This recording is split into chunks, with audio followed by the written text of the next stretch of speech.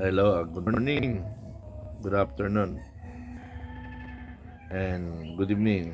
Saan man sulok tayo ng daigdig, ang pag-usapan natin ngayon sa Motsari, lalo na impeachment. Pakinggan natin yung pahayag ni Ted ni Ted Pailon. Ano? Dahil ito lang ang isa sa mystery media reporter o broadcaster na talagang na sa aking palagay ay neutral. Pakinggan natin.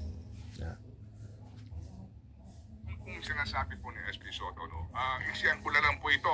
Abangan niyo po mamaya pong ating mas malaliman na pagpapaliwanag po sa isyong ito para po natin mas maunawaan. Pwede ko po itong i-connect.